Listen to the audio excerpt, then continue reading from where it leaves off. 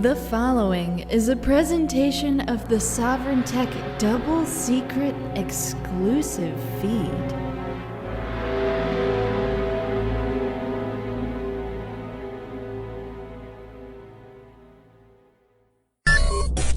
This Patreon-only broadcast originally aired on March 24th, 2023, and is now available to the public. Enjoy a taste of Q&A. The man of tomorrow is here, finally. Getting behind the mic again. The last time might have been another Wednesday Q&A, but plenty of content to get out that's been recorded. Oh, man. I don't even know where to begin with my schedule, but that does not matter. We've got great stuff coming up, including on March 31st, 6 p.m. Eastern, your March live Q&A. And I do believe we'll be having Mrs. Sovereign on for that one. She was on last time. It was a great time. And, well, anyway, hopefully that'll work out. Both of our, mine and Mrs. Sovereign's schedules are just insane. But we still, of course, as long as neither of us are ill, we still bring you your Sovereign Technica newsletter, which was at issue 20? 20 issues of that. Unbelievable. Issue 20 just came out yesterday as of this recording, which we are recording on Friday, March 24th, 2023. A lot of interesting stuff to, I hope that you found to glean through that. I mean, we put, I look at other Substacks, and I think ours is one of the longest Substacks out there. Even among the bi-weekly or monthly. So, it is jam-packed stuff. If you haven't checked that out yet, of course, go to sovereign.substack.com to do so. Not that you haven't heard, Ellen's ad for it forever in Sovereign Technica content. But, opening this up, I actually want to talk about something that is not Sovereign in the Sovereign Technica podcast feed, though I'd certainly be honored if it was. And that is the most recent episode of Steve Gibson's Security Now on the Twit Network. And the episode number is number 915. So number 915. And what I want you to do, the whole episode's great because Steve Gibson's fucking great. Best podcast on the planet. But you could skip right ahead to like the last 10 minutes of the episode. Just to be safe. The last 11 minutes of the episode. Now, he's talking about a potential, not just potential, but an Android exploit through a specific app that, controls drones. Okay, this very specific type of, consumer-facing drone. We're not talking about predator drones or anything like that. But it's amazing because he kind of, just for example, he switches the conversation to focus on Windows. And lays claim that that's like the most used operating system on the planet. Really Android is, but it's all the same. It's fine. And he makes the point, like, this is such an important thing for people to hear. I am very tempted, even right this second, to just cut to it and just play it right here. But I want you to go he deserves the download number. So I want you to go check it out. Okay. But I'll tell you in brief, paraphrasing what he says. Basically, the only reason that our computers, and that includes smartphones, that our smartphones, and they're really hard on smartphones in it, smartphones, laptops, desktop computers, and, most of our IoT devices and all this stuff, the only reason that it works, that they continue to work, and don't give us as many problems. We think we have problems with them, but like really big problems where they stop functioning or you lose however much data, and all of that jazz. The only reason is that there is relative, keyword relative peace on the planet. And that if nation states ever did decide to really go into open cyber warfare, we're all fucked. Like overnight, we're fucked. And I thought his point was so salient, and it's so great to hear it from somebody who's not, necessarily an anti-government, or who's not, an anarchist or anything like that, or just like, oh yeah, this is all coming to get us and everything. he just comes right out and says the instant that somebody like really goes into open cyber war, we're done. Like these devices are done, they are screwed, and because the security models or lack thereof on every single operating system on the planet, let's be abundantly fucking clear. There is no safe haven. Every single device is fucked.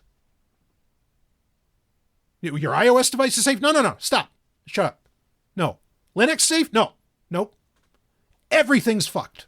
The instant that a genuine open cyber warfare occurs. Now, I'm being particular. He doesn't say open cyber warfare. I'm being particular in saying open cyber warfare because in my opinion, and I've talked about this briefly in the past, but in my opinion, there's World War III is already going on. Okay. And it is a very quiet, you could call it almost a cyber Cold War. Okay. And if Cold War II makes you feel better, you can use that instead of World War III. I don't care. Okay. But the point remains that there is a really cyber warfare is already well going on. And it's already at the level with the amount of parties involved that I think it's proper not to call it a Cold War, but to call it World War III. And it's actively going after, competing ententes or, like alliances, servers and digital infrastructure, which is arguably the most important infrastructure outside of farming and water. Steve Gibson concluded his point saying that if cyber warfare starts, and again, I'll delineate and say open cyber warfare starts. What you better do is unplug your router right away and just have your, from the big bad internet anyway, and make sure your home network is in shape. If you have any hopes of your devices surviving. So do you hear what Steve Gibson is saying? He's saying that the internet will destroy, like the internet going to war on the internet will destroy civilization as you know it. That was absolutely what he was saying. No hyperbole on my part.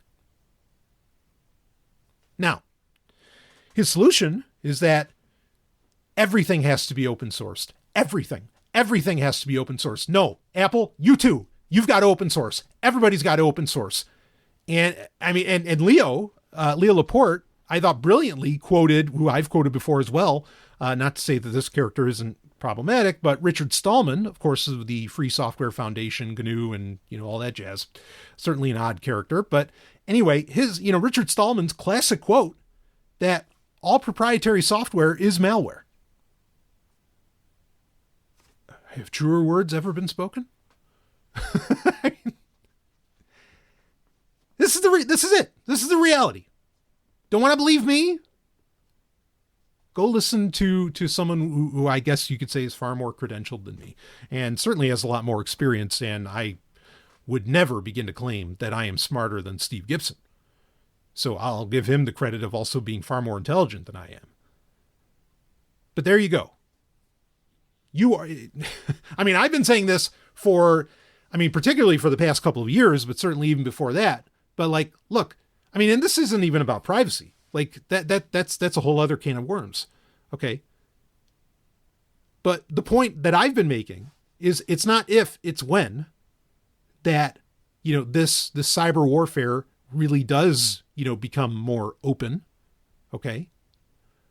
To some degree, certainly we could clarify more or deep dive more because, why aren't bombs being dropped all the time? Sure, there's Russia and Ukraine, but bombs used to be dropped kind of on the regular on this planet throughout the 20th century. Why isn't that happening anymore? Because you drop a bomb in one country and it will effectively knock out, the economic, because it's tied into the digital infrastructure. It'll knock out the digital infrastructure.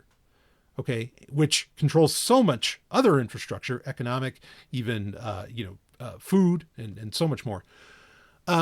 You'll wipe out, the digital infrastructure in many, many, many countries, perhaps even the country of the enemy that dropped the bomb.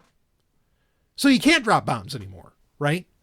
Like that's the only reason probably that we haven't hit like a full on world, like a physical, not a cyber or digital, but a physical World War III, is because you can't do that anymore. Otherwise, everything's so interconnected. Again, just like Steve Gibson was saying, we're all fucked. So the weapons have changed. I mean, yes, physical weapons have continued to be developed. New jets, new helicopters, new naval ships, all that kind of stuff.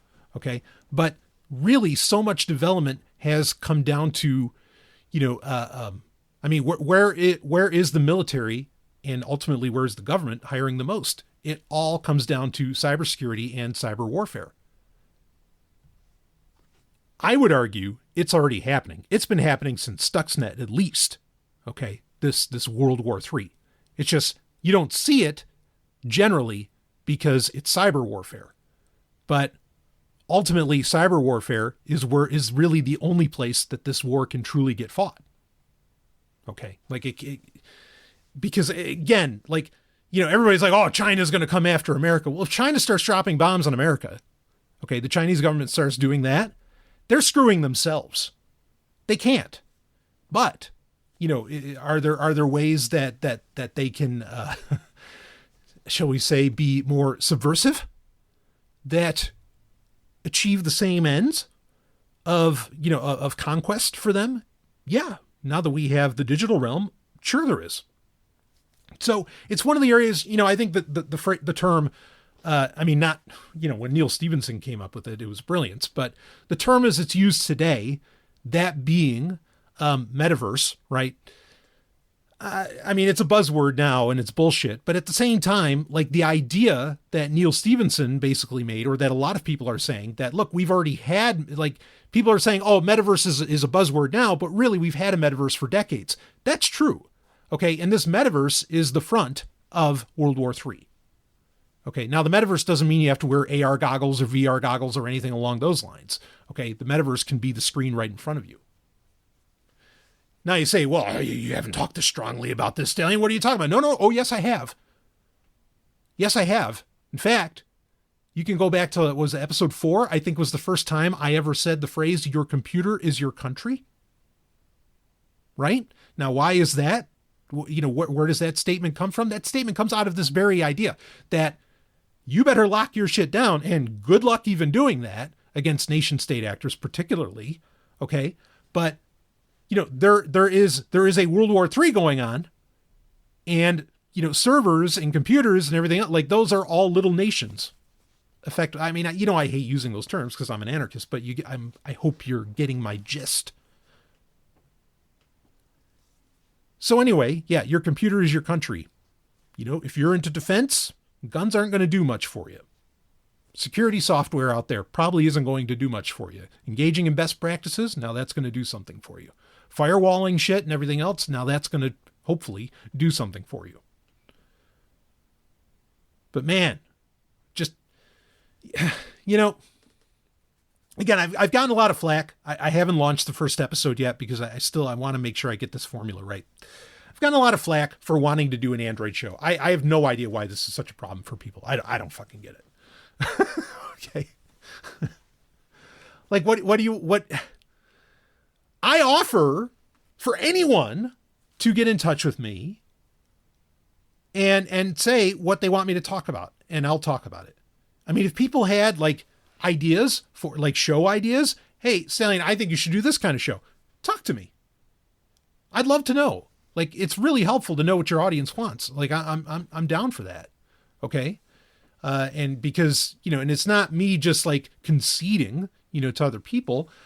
It's me learning what I do that, speaks to you. That's a good thing. Okay. That's not me giving in or caving in or something. That's a good thing. So anyway, I was looking at just briefly, just going through the process and looking at the specs and everything. And this was, I don't know, a couple months ago, or it was in February when the Samsung Galaxy S23 Ultra was initially coming out. And, you go through the checkout process. I didn't get one. I mean, who the hell, over $1,000 for a smartphone. Phew. But you go through the checkout process and you can do a trade-in, right? And I'm curious, what could I get for a trade-in on a Pixel 6? Because maybe if the price is right, hell, who knows, right? Because, and they're advertising like, oh yeah, I get $850 back or whatever, okay, then it turns into maybe what could be considered affordable territory, at least for me. And though not really, but whatever, I'm a tech journalist, so this stuff intrigues me. Anyway, I'm going through this process and it says that after we evaluate your trade-in, or if you don't send in your trade-in and the value does not match what we perceive, we will remotely shut down your phone. That comes right out of Samsung's legal language. That's a threat they make.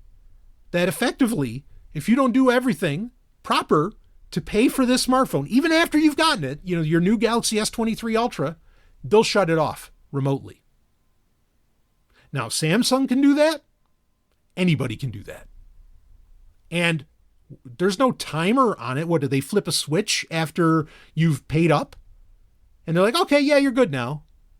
We promise we won't, brick your phone remotely on you. Bullshit. Fucking bullshit. And what, you think Samsung's the only one that can do this? Oh, God. Oh, fucking A, man. Give me a break. Give me a goddamn break. To quote Star Wars Andor, right? To quote Luthen Rail. If you don't control it, don't carry it. But you know what that kind of message does? Let me tell you. I mean, you could say, oh, well, that's why people aren't excited about you doing an Android show. Okay, I could respect that. But then I've been saying stop carrying a smartphone for fucking years and nobody listens. And I try to be, empathetic and respectful. Hey, I work too. I've got to have a smartphone. Granted, I don't have to carry it with me. I could do alternatives for that. Hell, I even have an MP3 player that can do Audible books at that. There's all kinds of methods that you could do that I've talked about, that I've recommended for years, that people can engage in, but they don't give a fucking shit. No, man, I need to doom scroll. Please. So what, guys? What do you want? Anyway, I mean, what's the Russian government doing now? The story, just broke a couple of weeks ago. They're telling all state officials you cannot carry an iPhone because it's a spy device. They're not wrong. They're not wrong at all. Yeah, that's exactly what it fucking is. Now, could you, put Graphene OS on your Pixel phone, and would that, mitigate things and help out? Yeah, maybe. I mean, certainly, what a lot of the developments that the team that develops Graphene OS does, that goes upstream. Like Google implements the shit they come up with because it's that fucking good. But just look, here's the point, because I want to move on. I want to get into some fun questions. Here's the point. If your device is connected to the internet, it's pretty much owned, not by you. Okay? And I said device because this is true for everything from your smartphone to your laptop to your Nintendo Switch, to go down the list. I don't think we're ever going to get to the point. I mean, the open source software has won the day. It is the dominant software that the world runs on. However, it is not necessarily the dominant software that consumers rely upon. And that's the problem. And I don't think that's ever going to change. And Microsoft's never going to open shit up 100%. Google's never going to open up shit 100%. Apple, sadly, is never going to, when they could really be the ones, because they're the ones that make the money on hardware, right? They could really lead the charge, and the motherfuckers won't. I mean, I'm mad at all of them. Don't think I'm singling out Apple. I'm not. Okay? Just it won't happen. They won't do this. Okay? It's like, it's the same thing, in in economics, right? Where, oh yeah, governments all around the world, oh, fuck Bitcoin, fuck cryptocurrencies. They're all, the weapons of terrorists. No, they're the weapons of your own, of your own spy agencies, but whatever, or your intelligence agencies. But anyway, they're terrible. But, CBDCs? Oh, well, as long as a bank issues it, it's a fine. Digital currencies are a fine idea. Right. Yeah, it's the same thing. So no, I just cannot imagine that these companies are ever going to truly open source shit. It's not going to happen. In fact, my long running theory has been, and I'm going to find the episode where the first time I talked about this.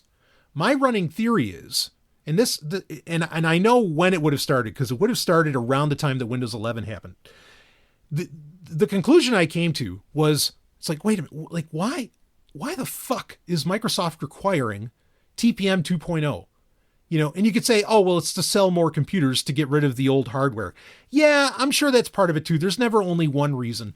But then it doesn't make any sense when in Microsoft's own documentation, they have no problem with TPMs, being, or like GTPUs, it's GTPMs. With those being used for Windows 11. And it doesn't break the security models that they've even released in the past year that do theoretically take advantage of, like TPM 2.0 technology, right? The module. But, a TPM is a physical chip, as to where, the GTPM is just software. Like what's the deal here? Okay. So I don't entirely buy that the whole reason that Microsoft came up with that bullshit requirement, and it is bullshit, that it's just to sell more PCs. My theory running was that this added on, this is all about insurance claims. Basically, Microsoft, every company, every tech giant, they know that World War III, the cyber warfare, is going on.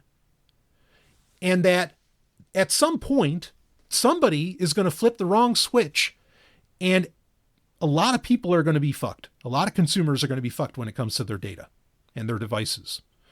And they don't want to be sued. So getting everybody onto new full-on operating systems, getting people onto new full-on operating systems, and having them sign a new EULA, right, a new terms of service, is required so that companies like Microsoft, when World War III strikes Windows 11, are, they're not at fault.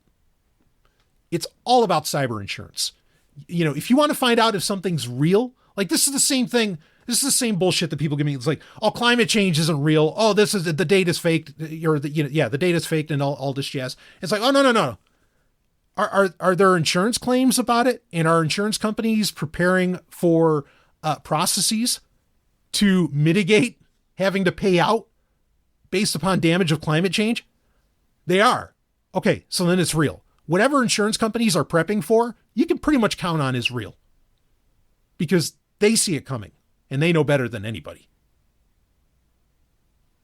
I mean, even anarcho-capitalists, even the most hardcore anarcho-capitalists admit that insurance companies are going to be like the institution that still exists. Why? Because in civilization, they are ultimately the measure of truth, more so than even government or anything else. I'm not saying I want insurance companies to exist. I don't. The idea of safety in life is a complete illusion. But that doesn't change the fact that the civilization we are in, it is always preparing for whatever impending doom. And the place to always look for as to which dooms are, if that's a word, as to which apocalypses, how about that, are real. Just look at what insurance companies are writing up. You'll know what's going on. And two things that seem to be very real. One is cyber warfare. The other, honestly, is environmental, is climate change, or pick whatever term you want that makes it a little more palatable to you. Okay. So there we are. So Steve Gibson had his recommendation. What's my recommendation? Have a, as much as possible, air-gapped device. right? That, if you want to like protect your data like me, oh hell, I have so many ebooks, that I have been preserving for the very reason of, it's Isaac Asimov's foundation here. Okay. In my house where like, holy shit, stuff could go really fucking wrong. And I want to make sure that this stuff is preserved as best as possible.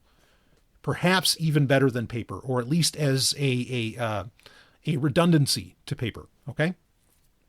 So one of the things I do, of course, I burn M disks all the time. But the other thing is, there's an air gap machine. The microphone is cut. Like the only way it's connecting to anything else is through a singular USB port. Okay. Which I am ready to condom up anytime that's necessary, but a singular USB port and an Ethernet jack.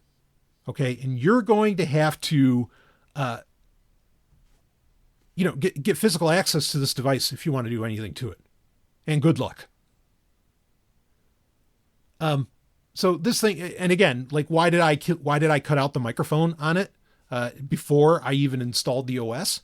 Well, as we've talked about in the past, the idea that malware could be sent, via the microphone or the speakers, essentially, from one computer to another computer. Well, there you go. That's why. So this is something where I made sure that this is as air gapped as you could possibly fucking get. Now, I mean, that microphone trick, some people speculated that it wasn't true, but as we say on Sovereign Technica all the time, only the paranoid survive. And my data, as much as I can help it, will survive. So you say, oh, well, the Trojan could be, passed through the USB port or something. Yeah, I mean, certainly that's entirely possible, but I'm not going to go on right now. I'm not going to go through the whole process that goes through.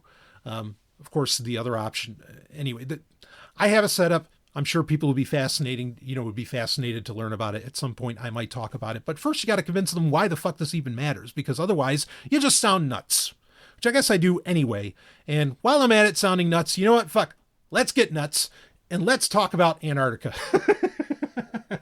Didn't see that one coming, did you? Maybe if you, read the show notes, But anyway, I had gotten the question from Sec of the Agora podcast. Again, he always has great questions, and no one else. I mean, there's some people who offer questions at times, but sometimes I think like Sec is just asking the questions that all of you want to ask. And so you just let him ride with it, which, whatever. It's mine and his dick on the block, I guess. So let's ride. So all he asked, very simply, in the Discord channel, you can see it for yourself. Very simple, one sentence. What's the deal with Antarctica? And that's it. That's all that he said. And so I want to go ahead and at least spend a little bit of time talking about Antarctica. Okay. So, one of the 7 continents on planet Earth really doesn't need much introduction. So we don't have to spend a whole time talking about that. Though something I do want to bring up quickly is, it is largely an ice mass, but it is an ice mass that is covering up a full-on, landmass continent. Okay. That is significantly smaller, or at least fairly smaller, than the ice mass, the layer of ice covering it. But that's a very important point to bring up. Look, there's a lot going on with Antarctica, and it's tough to even say, necessarily where to begin. I mean, when you watch some video or even photos that you see from Antarctica, there's some pretty wild shit there. And I don't mean alien stuff necessarily. I mean, we'll talk about that, but I mean, like, people talk about the blood falls, right? Which were quite a mystery for a long while. Like, it's literally this shooting out of an iceberg, like this blood red river, it's called the blood falls. Now it comes from iron oxidation, similar to what happens when you cut yourself and blood comes out. No, there's no metaphor there, but anyway, due to the insane temperatures that are experienced in Antarctica, it's largely considered, or at least in its deeper areas, the further inland you go, it's largely considered to be lifeless. This, however, may not be so true. And let's start off with the simple things. So, for example, you have one of the largest formations, mountains, on Antarctica, and it does have mountains, that being Mount Erebus. Mount Erebus is not just a mountain, it's an active volcano. And over time, it has actually hollowed out what get known as lava tubes, which you can find these, of course, on planet Earth. You can find them even on celestial bodies, on Mars, on the moon, all over the place. Anyway, so it's effectively just a really extensive cave system, okay, on Mount Erebus. Now, soil samples have been taken within these caves, and there have been traces of algae, plant life, small animals even. Not that they found the animals, but there's DNA evidence that they were there. And within these caves by Mount Erebus, or created by Mount Erebus anyway, it's t-shirt weather. That's not an exaggeration. You could comfortably live in these things wearing a t-shirt. And it becomes a question of, okay, these are absolutely conditions that could support life. And then you say, well, wait a minute. What about water? Like, okay, great. It's t-shirt weather down there, but where are you going to get the water? You can't just like constantly melt the ice around you on Antarctica. What's the deal? Well, we also know that there's, at the very least, what is it, something like 50 some odd square miles? There is a lake, underneath the ice in Antarctica. And I mean, we're just talking about one lake that we've found thus far. Point being, yes, we can say that, okay, there was a time, and this is accepted, this isn't conspiracy theory, there was a time when Antarctica was not covered in ice, and life would have been supported there. And by DNA evidence, it certainly was. Maybe still is. Okay, but right now, and that's the point, still is, right now, there could still be life there. Who knows what kind of life it could be? Could it be like really intelligent life? Maybe.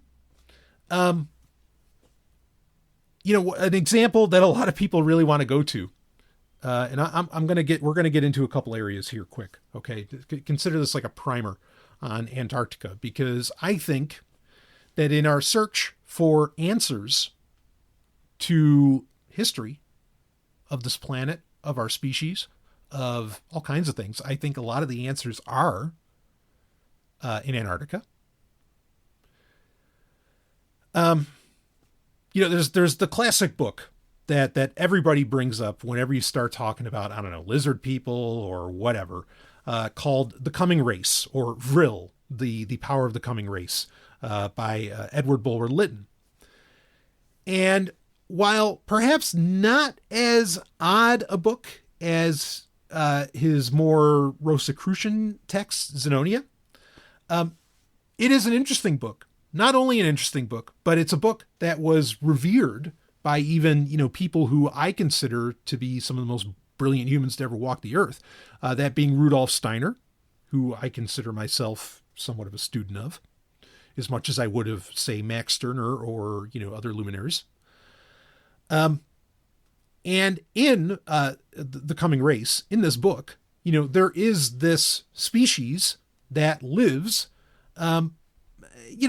effectively within a subterranean realm. Now, because the likes of Steiner and some others, even, we could look at figures like George Bernard Shaw, which is kind of weird. But anyway, this is a book that came out in the 19th century, and a lot of people revered this and considered it to be filled with some truths. So this book will get tied in oftentimes. Like there was it Morning of the Magicians. There's that classic book from, what was that? Anyway, it came out at some point in the 20th century. And Morning of the Magicians claimed that there was what was called there was a secret society in Berlin, called the Vril Society. Anyway, I want to say that book came out in the 1960s. Now, a lot of that book has been, if not all of it, has effectively been debunked. But the claims within that are that the Nazis were, really came out of, say, the Vril Society. And certainly there's some attachment to other secret societies that the Nazis would come out of. But it gets into, you can do more research on that book. Certainly I've talked about it many times over the years on Sovereign Tech. I do think it's an interesting book. I give it some credence for what it's, discussing in it. I mean, like the species within it, the race in the coming race is a quote unquote advanced species, apparently very angelic. It's not lizard people, but it's very angelic. And they're called the Vrilya, and they have access to, like, they live in this utopia. I mean, and there's differences. Like, women are actually the more, I wouldn't call them aggressive, but because again, it's utopia, but women are actually the stronger, quote unquote, gender or sex, I should say, are the stronger sex. And like they pursue men, and there's a lot of interesting relationship things. Like they get married for only 3 years, and then they can choose to re-up or not. There's all kinds of stuff, within it that are certainly interesting. Also, some of it like might sound kind of Nazi-ish. Other parts of it, not so much.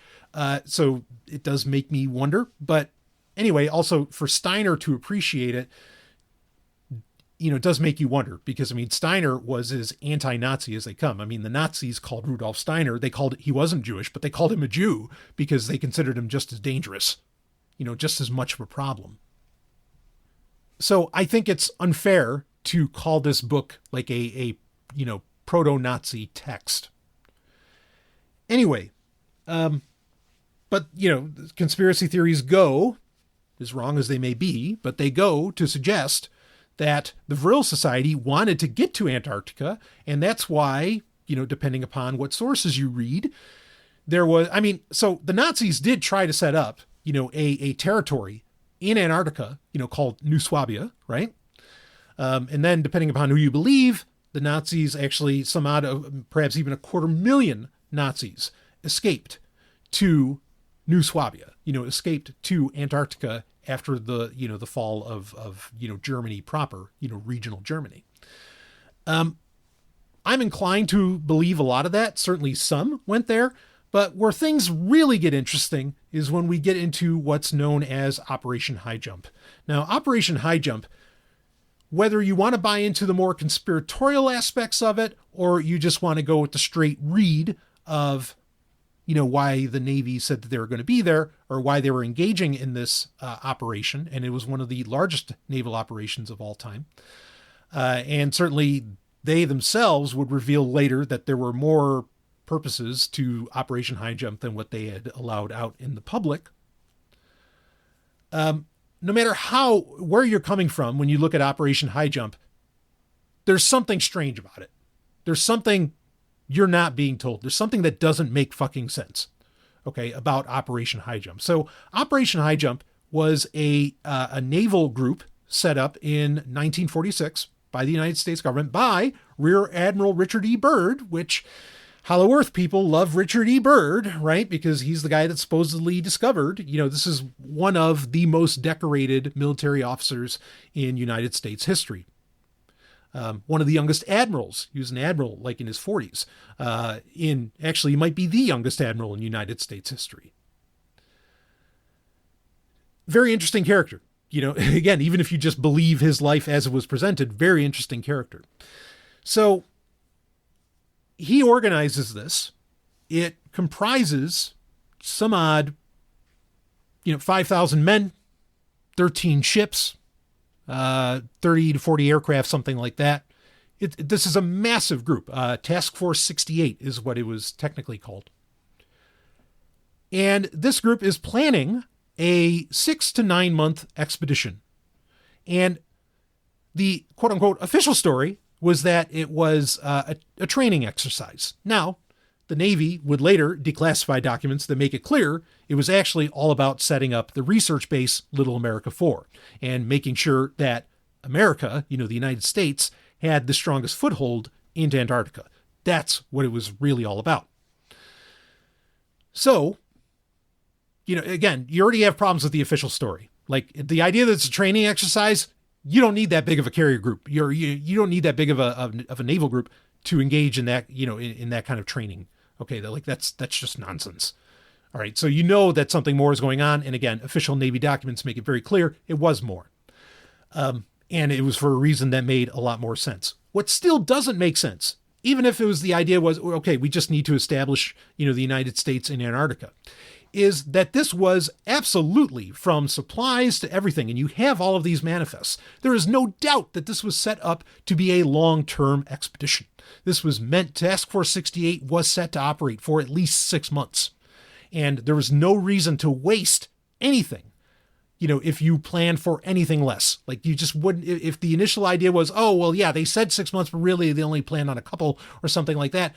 No, you wouldn't have loaded up for bear on that one. It's just not the way that they did. It doesn't make any sense. So, because here's the problem. It didn't go, this expedition, Operation High Jump, did not last 6 to 9 months. It lasted 1. And it just ended. This is a very weird thing. Again, no matter how you're coming at this. Now, if you read into not only, like, say, conspiracy theorist books, which I don't necessarily mean that derogatorily, but also if you look at quotes from the Chilean press, as in Chile, the claim is that Admiral Byrd was directly quoted as saying that they found, when Operation High Jump went to Antarctica, they encountered a completely, new force, right? Like, arguably, they encountered UFOs in the strictest sense. They were unidentified flying objects. But they had encountered a new enemy. Now, there were aircraft, at least one that can be confirmed, that went down, right? Now, again, it went with some odd 30, 40 aircraft, and at least one of those did go down. So lives were lost. Something happened. Okay. Now, if you, and here's where things get crazy, because, like, there's a supposed journal from Richard Byrd that claims more and gives more details on what these UFOs were that they encountered, what this new enemy was. And, this journal, which is largely, and I'm inclined to believe that it's forged, or at least it really wasn't written by him. I mean, who knows? It could be similar to the Zohar, right? Where, okay, maybe Shimon Bar Yochai didn't actually, like, write physically the Zohar that we have today, but it did, end up in the hands of Moses de Leon, who did transcribe it, right? So, I mean, could it be a situation like that? Okay, maybe. But the claim is in this, supposed diary that the UFOs had Nazi insignia. And the description of the people that they encountered smacks of the Vril-Ya. And these were UFOs, and they were effectively told, leave now, or we're going to, have to do X, Y, Z. It's an incredible story. And the idea that now, when they say leave now, it's actually, like, the funny thing is, in Richard Byrd's journal, this supposed journal, they are not treated as, or they're really not like it is in, like, say, in the Chilean papers at the time, which were probably meant to be sensationalized, similar to what we talked about with ancient Egyptians in, in the Grand Canyon, where the Arizona Gazette, was just looking to sensationalize the area some more. Chile would certainly love that kind of tourism as well, right? To hear, well, what is this new enemy that's going on down here? Or, that apparently the Americans have run into. I'm inclined to believe that could have been part of what was behind, what the Chilean press was putting out in the 1940s. But in Admiral Byrd's supposed diary, journal, he says that, no, these were the good guys. And, but that's saying, again, they had swastikas, they seemed to be Nazis, but they were the good guys, which is weird, right? Yeah, that's fucking weird. Now, where do I fall in on all this? You can research more on all this stuff. I'm sure there's plenty of idiot YouTubers that have, covered this with who knows what kind of opinions. Where do I fall on a lot of this? Okay. So I've brought up the point that I always thought it was brilliant, like say in the Hellboy movie, where they said that, World War II didn't end in 45, it ended in 48, right? It just became a spiritual war after the fact. I think there's some truth to that. And Del Toro might know a thing. Well, not that Del Toro wrote Hellboy, but, wrote the comic. But anyway, the idea that World War II did not end in 45, I'm a firm believer in that.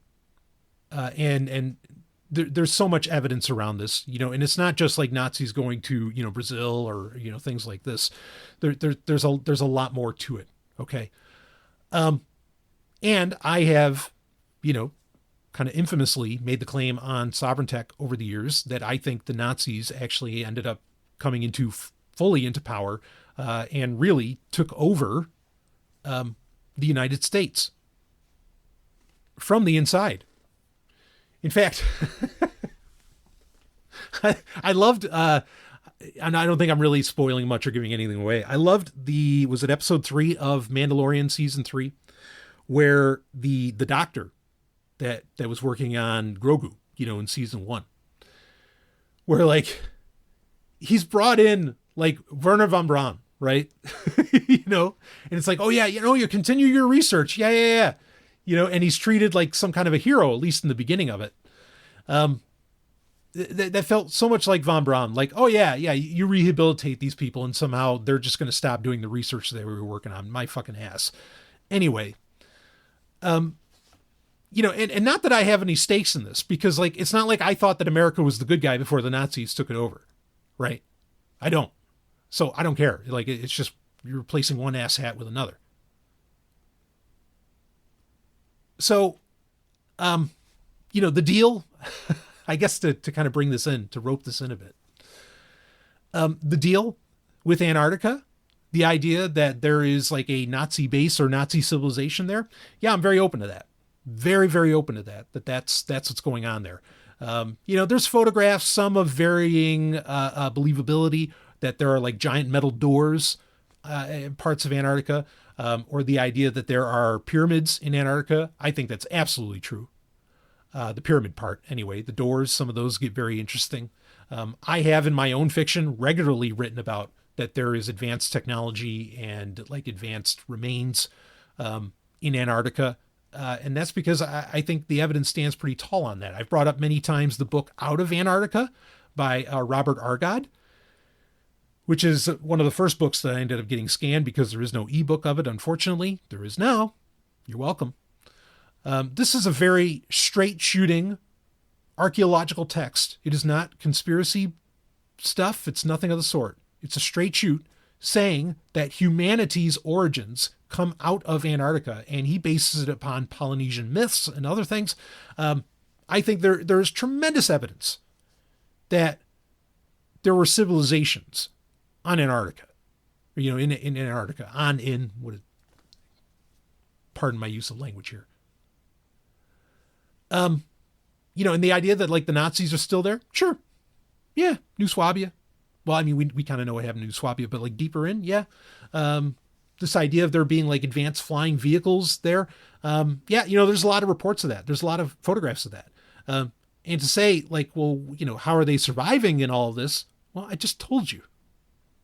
There are caves. That's t-shirt weather there, baby. There are lakes. It doesn't have to be a hollow earth. There's lakes underneath the ice. You can absolutely, there are parts of Antarctica, massive parts of Antarctica, that you can absolutely survive. Comfortably at that. And if there's DNA of small animals, there might still be small animals around or plant life or whatever else that you could feast upon. Of course, I'm a vegetarian, but you get my point. So it's not crazy to suggest these sorts of things. And, even mainstream scientists are willing to admit, there could be lots of life on Antarctica that we just haven't found out yet. It is totally as much as the Earth's oceans and outer space are final frontiers, Antarctica is also that. And I find it downright suspicious that there aren't more expeditions being done on the regular. I know there's some, but you never really, like civilians never get to walk far away from McMurdo or any of the bases set up outside of, that you get to from New Zealand and whatever. Very strange. So, I mean, now in my wildest dreams, what do I think is there? Is it, Stargate, and that's like where the ancients originally lived, and Atlantis launched from there and all that jazz? Yeah, I mean, that's science fiction, but maybe. Regardless, I do think that you would find, like, for example, the Egyptians, squatted in Egypt, right? I've brought up that theory, though I consider it fact, many times over. Where did they squat from? Where did they come from? And I would not be surprised if the Egyptians were the descendants of people that came out of Antarctica, and they arrive in Egypt and they go, oh, they see, a sphinx, they see pyramids, and they go, home. This is just like home. And it was just some kind of like, in Egypt at one point was, some kind of satellite civilization for what existed in Antarctica. And I didn't even get into the Piri-Reis map, which is also very strange. This idea that this Turkish captain, 600 years ago, somehow has a satellite accurate map of Antarctica without the ice sheet on it. That's insane. That's still a massive mystery. Nobody has a really good answer for that. No one. How that's possible? Well, I'll tell you how it's possible. It's because the original sailors on planet Earth all left Antarctica and they fucking mapped the shit. So there's some deals with Antarctica, plural, to consider. Do I think that the Vril-Ya live there? I'm not necessarily going to go that far.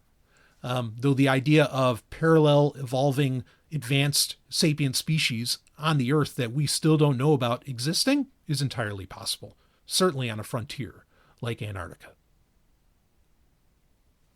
So I think I'll wrap it up with that. I hope you enjoyed your Wednesday Q&A. A lot of food for thought. Please feel free to go out there and research, though I do recommend you do more than just listen to me or listen to some YouTuber. Go and look, see, search out disparate sources, please. And if you've never read Vril the Coming Race, go for it. Have a good time. I'd love to do an audiobook of that. I should. Anyway, we'll be back with more Sovereign Technica soon enough. I'll see all of you on the other side.